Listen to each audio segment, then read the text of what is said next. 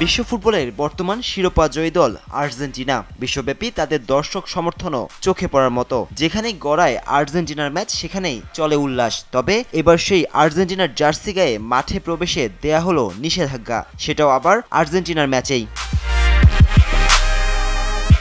চলছে দক্ষিণ আমেরিকা অঞ্চলের বিশ্বকাপ বাছাইয়ের দ্বিতীয় পর্ব। নভেম্বরে ফিফা উইন্ডোতে দুটি ম্যাচ খেলবে আর্জেন্টিনা, যা বিশ্বকাপ বাছাইয়ের অংশ। আগামী 15 নভেম্বর প্রথম ম্যাচে প্যারাগুয়ের মুখোমুখি হবে আলবিসেলেস্তেরা।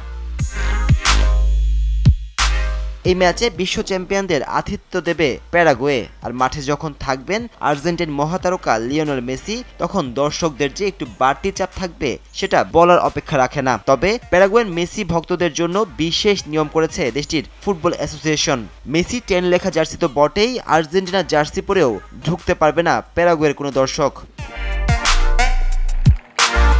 বিষয়টি নিশ্চিত করে প্যারাগুয়ে ফুটবল অ্যাসোসিয়েশনের লাইসেন্স ম্যানেজার ফার্নান্দো ভিলাস-বোয়া জানান, এরই মধ্যে স্থানীয় পর্যায়ে সতর্কবার্তা দেয়া হয়েছে। প্যারাগুয়ে বা নিরপেক্ষ জার্সি ছাড়া গ্যালারিতে স্বাগতিক সমর্থকদের প্রবেশের অনুমতি থাকবে না। প্রতিপক্ষের জার্সি গায়ে যারা মাঠে আসবেন তাদেরকেও থাকতে দেয়া হবে না।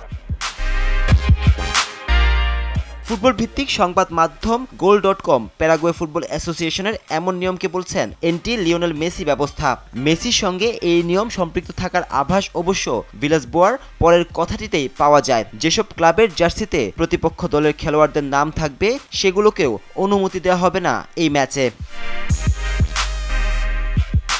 আর্জেন্টিন অধিনায়ক মেসির কারণে গ্যালারিতে তার দলের জার্সি নিষিদ্ধ করার কথা এবারই প্রথম নয়। এর আগে 2023 সালের মার্চে ইন্টার মিয়ামির বিপক্ষে কনকাকাফ চ্যাম্পিয়ন কাপের ম্যাচে গ্যালারির নির্দিষ্ট কিছু অংশে প্রতিপক্ষের জার্সি নিষিদ্ধ করেছিল ন্যাশভিল।